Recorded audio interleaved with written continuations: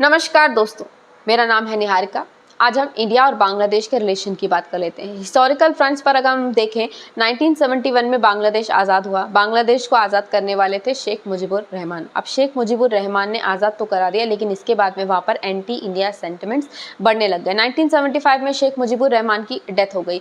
Death होने के बाद में उनके और उनकी फैमिली मेम्बर्स की तो डेथ हो गई थी, लेकिन उनकी जो बेटी है शेख हसीना, वो उस समय भारत आई। भारत में 6 साल तक उन्होंने शरण ली उनकी फैमिली के साथ में।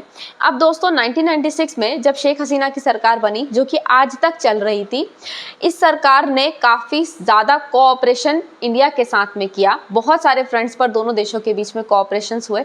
अब हम उन कोऑपरेशंस को समझ लेते हैं कि कहाँ कहाँ पर दोनों देशों के रिश्ते मजबूत हुए हैं और अभी भी हालात क्या चल रहे हैं वो आपको बताएंगे। सबसे पहले तो इकोनॉमिकल फ्रंट्स पर डिस्कस करना ज़रूरी है। जो बांग्लादेश है वो इंडिया का सबसे बड़ा ट्रेडिंग पार्टनर है साउथ एशिया में। इसके अलावा इंडिया जो है वो बांग्लादेश का सेकंड लार्जेस्ट ट्रेडिंग पार्टनर है, मतलब बहुत बड़ा, करीबन $2 बिलियन का जो इंपोर्ट है वो इंडिया करता है बांग्लादेश से। तो इंडिया को भी काफ़ी ज़्यादा सपोर्टिव सिस्टम है और बांग्लादेश को भी काफ़ी ज़्यादा सपोर्टिव सिस्टम है ट्रेड फ्रंट्स पर। इसके अलावा फ्री ट्रेड एग्रीमेंट ऑनगोइंग है नेगोशिएशंस में। कॉम्प्रहेंसिव इकोनॉमिक पार्टनरशिप एग्रीमेंट दोनों देशों के बीच में है, जहाँ पर बांग्लादेश को ड्यूटी फ्री एक्सेस हमारी कमोडिटीज़ का मिलता है। मतलब वो अपनी कमोडिटीज़ अगर हमारे भारत देश में बेचेंगे तो उनको ड्यूटी फ्री एक्सेस मिलता है। लेकिन क्योंकि 2026 में लीस्ट डेवलप्ड कंट्री का टाइटल बांग्लादेश छोड़ने जा रहा है, तो ये ड्यूटी फ्री एक्सेस नहीं मिल पाएगा। और इसी के अलग से, मतलब इसी के ऑल्टरनेटिव के तौर पर अब जो प्रेजेंट में बांग्लादेश के पास ऑप्शन है वो है फ्री ट्रेड एग्रीमेंट का। साथ ही साथ में बांग्लादेश का चाइना के साथ में regional comprehensive economic partnership agreement भी है। अब सेकंड फ्रंट पर बात कर लेते हैं इंफ्रास्ट्रक्चरल कोऑपरेशन पर। दोनों देशों के बीच में इंफ्रास्ट्रक्चर फ्रंट्स काफ़ी ज़्यादा स्ट्रॉन्ग हाल फिलहाल में जो एक पूरा डिकेड अगर हम देखें तो उसमें हुए हैं। जैसे कि जो बांग्लादेश है उसके साथ में इंडिया ने एक इंफ्रास्ट्रक्चर डेवलपमेंट किया जिसका नाम था Akhaura Agartala rail link project. इसके तहत इंडिया को बांग्लादेश के 2 पोर्ट्स की, चट्टोग्राम पोर्ट और मोंगला पोर्ट की कनेक्टिविटी मिल गई, जिससे कि हमारे भारत देश का जो नॉर्थ ईस्ट हिस्सा है, स्पेशली त्रिपुरा, उसको हम कनेक्ट कर सके बांग्लादेश से, ताकि ट्रेड रिलेशन दोनों ही देशों के बीच में और ज़्यादा इम्प्रूव हो सके। साथ ही साथ में एक बिम्स्टेक ट्रांसपोर्ट कनेक्टिविटी प्लान भी है, जो कि एक मास्टर प्लान है, जिसके चलते दोनों ही देशों के बीच में ट्रांसपोर्ट कनेक्टिविटी को बढ़ाया जाएगा। साथ ही साथ में दोस्तों इंडिया कोशिश कर रहा है कि उनका जो मातरबरी पोर्ट है उसको डेवलप कर दिया जाए। इसकी जो नेगोशिएशंस हैं वो भी ऑनगोइंग है, ताकि जो भारत का नॉर्थ ईस्ट हिस्सा है वो बांग्लादेश के ढाका से कनेक्ट हो जाए। अगर मातरबरी पोर्ट की कनेक्टिविटी हमें मिल जाती है और हम अगर उसका डेवलपमेंट अच्छे से कर लेते हैं, तो इंडिया का नॉर्थ ईस्ट हिस्सा और बांग्लादेश का जो ढाका है वो एक दूसरे से कनेक्ट हो जाएंगे, जो भी ट्रेड रिलेशंस को इम्प्रूव करने के लिए बहुत ज़रूरी है। अब बात कर लेते हैं एनर्जी कोऑपरेशंस की। तो बांग्लादेश हमसे 2000 मेगावाट की इलेक्ट्रिसिटी इंपोर्ट करता है। साथ ही साथ में दोस्तों एक है रूपपुर न्यूक्लियर पावर प्रोजेक्ट, जो कि बांग्लादेश का सबसे पहला न्यूक्लियर पावर रिएक्टर है। उसे इंडिया, बांग्लादेश और रशिया, इन तीनों देशों ने मिलकर कोऑपरेटिव एग्रीमेंट के तहत बनाया है। तो बांग्लादेश को ये समझ लीजिए, इलेक्ट्रिसिटी प्रोवाइड करना, उसके इलेक्ट्रिसिटी की व्यवस्था कैसी हो उसको सुनिश्चित करना भी भारत ने देखा है। अब दोस्तों बात कर लेते हैं डिफेंस कोऑपरेशन की। दोनों ही देशों के बीच में डिफेंस कोऑपरेशन हाल फिलहाल में अच्छे चल रहे हैं।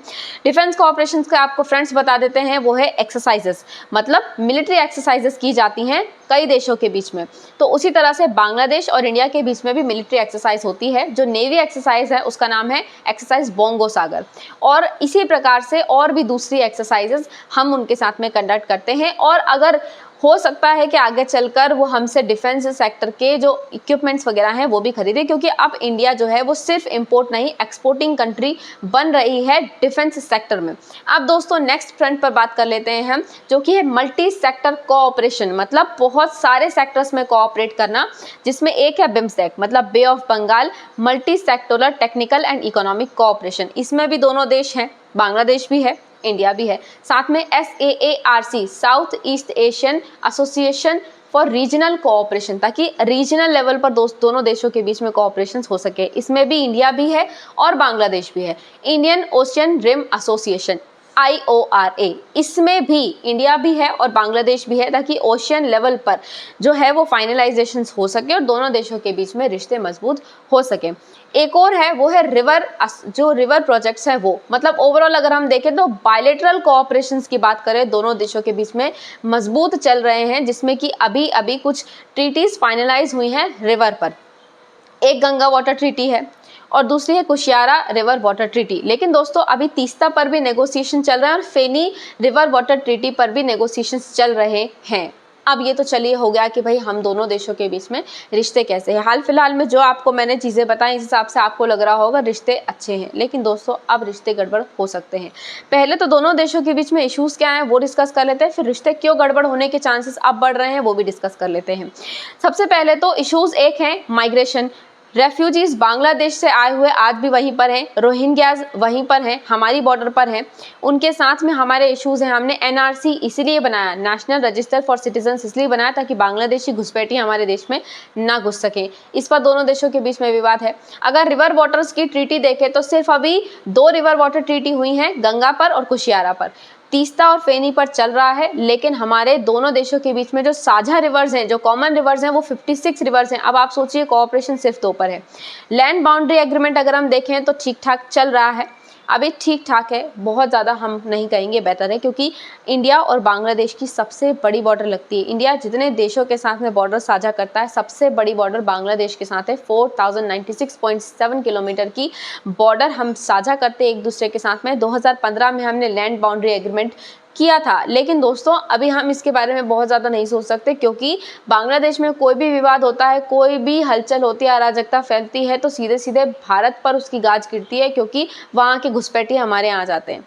घुसपैठिया ही कहा जाएगा इन लोगों को, क्योंकि ये घुसपैठिए ही होते हैं। ये लोग जितने भी अगर शरणार्थी हैं तो वो सिर्फ माइनॉरिटीज़ होते हैं, ये लोग शरणार्थी नहीं होते हैं दोस्तों। अब आपसे नेक्स्ट बात कर लेते हैं, वो ये है कि आवामी लीग की सरकार शेख हसीना की फ़िलहाल में गिर गई है। उनके गिरने की वजह से शेख हसीना ने भारत में शरण ली। भारत में शरण लेने के बाद में जो वहाँ पर विवाद चल रहा था वो था रिजर्वेशन को लेकर, जिसमें कहा जा रहा था कि जो रिजर्वेशन दिया जा रहा है शेख हसीना की सरकार के द्वारा, जो 1971 में लड़ने वाले सैनिक थे उनके परिवारों को, वो ख़त्म हो। शेख हसीना की सरकार गिर जाए, वो ये कह रहे थे रिज़ाइन करें। शेख हसीना ने रिज़ाइन भी कर दिया, लेकिन आज भी वहाँ पर दंगे फसाद चल रहे हैं और सीधा सीधा कहा जा रहा है IS की ये साजिश है, और साथ ही साथ में इस्लामिक कट्टरपंथी अब बांग्लादेश में बढ़ रहे हैं। दूसरी चीज़ है कि वहाँ पर मार्शल लॉ लग गया है दोस्तों। मार्शल लॉ लग गया है, मतलब अब सेना के हाथ में पूरे देश की कमांड है, और इसके चलते तानाशाही ऑफकोर्स बहुत फ्रंट्स पर बांग्लादेश में बढ़ जाएगी। जो बांग्लादेश 2026 में लीस्ट डेवलप्ड कंट्री के टाइटल से बाहर आने वाला था, मुझे नहीं लगता अब बाहर आने के चांसेस होंगे, क्योंकि इस्लामिक कट्टरपंथी वहाँ पर इतने बढ़ गए हैं दोस्तों। जो अभी फिलहाल में पाकिस्तान का हाल है, खाने के लिए रोटी भी नहीं है, इनका भी यही हाल होगा। लेकिन दोस्तों हमारे लिए प्रॉब्लम की वजह यह है कि वहाँ पर जब इस्लामिक कट्टरपंथी बढ़ते जा रहे हैं तो वहाँ के हिंदुओं पर अत्याचार हो रहे हैं, हमारे मंदिर जल रहे हैं, हिंदुओं के घरों में लूटपाट हो रही है, हिंदुओं के घर जलाए जा रहे हैं, हिंदुओं के साथ मारपीट हो रही है, साथ ही साथ में दुकानें तक उनकी लूटी जा रही हैं। अब आप सोच कर देखिए, वहाँ पर माइनॉरिटी हिंदू सेफ नहीं है। 1971 में जो 22% थे, आज कम हो के 8% रह गए दोस्तों। इसके चलते ये समझ सकते हैं कि अगर इस्लामिक कट्टरपंथी अब बांग्लादेश में एक्टिव हो गए तो हमारे रिश्ते जो मजबूत हो गए थे वो ना तो इतने मजबूत रहेंगे, पहली चीज, और दूसरी चीज बांग्लादेश खुद गिर के टूट जाएगा, क्योंकि जिस तरह से पाकिस्तान के साथ हालात हैं आज के इस्लामिक कट्टरपंथियों के कारण, वो देश आज खड़ा होने की हालत में नहीं है। चलने फिरने की तो बहुत दूर की बात है, खड़ा होने की हालत में नहीं है। बांग्लादेश का भी यही हाल होने को है दोस्तों, क्योंकि इस्लामिक कट्टरपंथी सिर्फ या तो दंगा फसाद कर सकते हैं, अराजकता फैला सकते हैं, धर्म के नाम पर जो गैर मुस्लिम हैं उन्हें परेशान कर सकते हैं, लेकिन वो एक देश का डेवलपमेंट नहीं कर सकते, कभी नहीं कर पाएंगे। इस अराजकता के साथ नहीं कर पाएंगे। पूरी दुनिया में हुड़दंग मचा रखा है इन लोगों ने, जितने भी इस्लामिक कट्टरपंथी हैं इन सभी लोगों ने। इससे हम अंदाज लगा सकते हैं कि आने वाले समय में बांग्लादेश के साथ हमारे रिश्ते बहुत मजबूत होने के चांसेस नहीं है, जब तक कि आवामी लीग की सरकार दोबारा नहीं बन जाती और दोबारा वो वहाँ पर डेवलपमेंट को दोबारा सेफ नहीं कर देते, और जो बांग्लादेशी हैं, जो सॉफ्ट हार्टेड बांग्लादेशी हैं, उनका डोमिनेंस वहाँ पर स्टैब्लिश नहीं हो जाता। जब तक इस्लामिक कट्टरपंथी वहाँ पर मौजूद रहेंगे, बांग्लादेश बर्बाद होकर रहेगा दोस्तों। लगता तो ऐसा ही है, बाकी तो आने वाले समय में कंडीशन में पता ही चल जाएगी कि दोनों देशों के रिश्ते होते कहते हैं, सिर्फ कयास हैं और सिर्फ कयास हैं। चलिए दोस्तों, आप और हम दोनों मिलकर देखते हैं कि अगर आगे जाकर रिश्ते होते हैं तो वो होते कैसे हैं। अभी के लिए बस इतना ही। अगर आपको हमारा वीडियो पसंद आया हो तो आप हमारे चैनल को सब्सक्राइब कीजिए। आपका हमसे जुड़ने के लिए बहुत बहुत धन्यवाद।